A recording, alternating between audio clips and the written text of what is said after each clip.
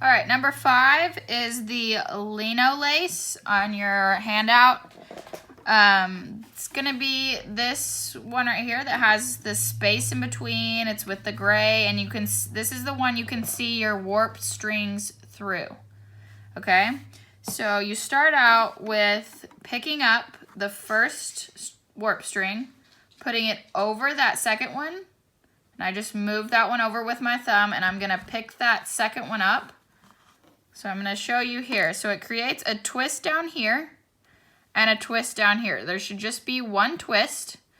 Okay, so after you pick up the first string and you place it over that second one, you're going to pick up the second one and put your string through it. Just like that. And you keep going. So pick up this one and you're working in twos. So you're going, the first one's over the second one, picking up the second one, and putting your needle through it. So same thing, up and over, and picking up the second one. You're putting it through that little hole that you're making in between the two twists. Okay, so you just keep going with this. It gets kind of tricky. Don't pull too hard on your warp strings. You don't want to make them too loose. This will kind of tuck in your edges as well, but it will all work out. It's kind of a cool thing to create some space within your tapestry. So here we go with the last couple. And we are through. So you just slowly pull through. Make sure you're not making any knots.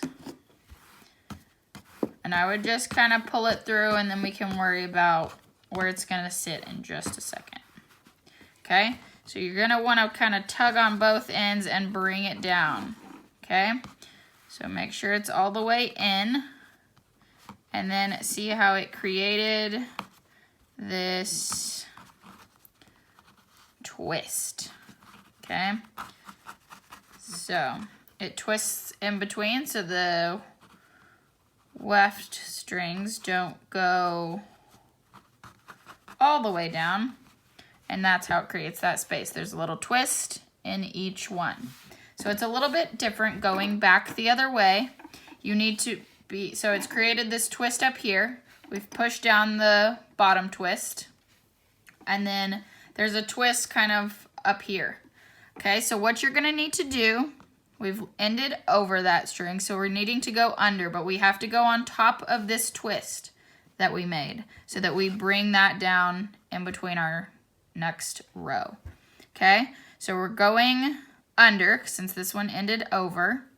We're gonna go under, and here's our twist, so I'm right above it.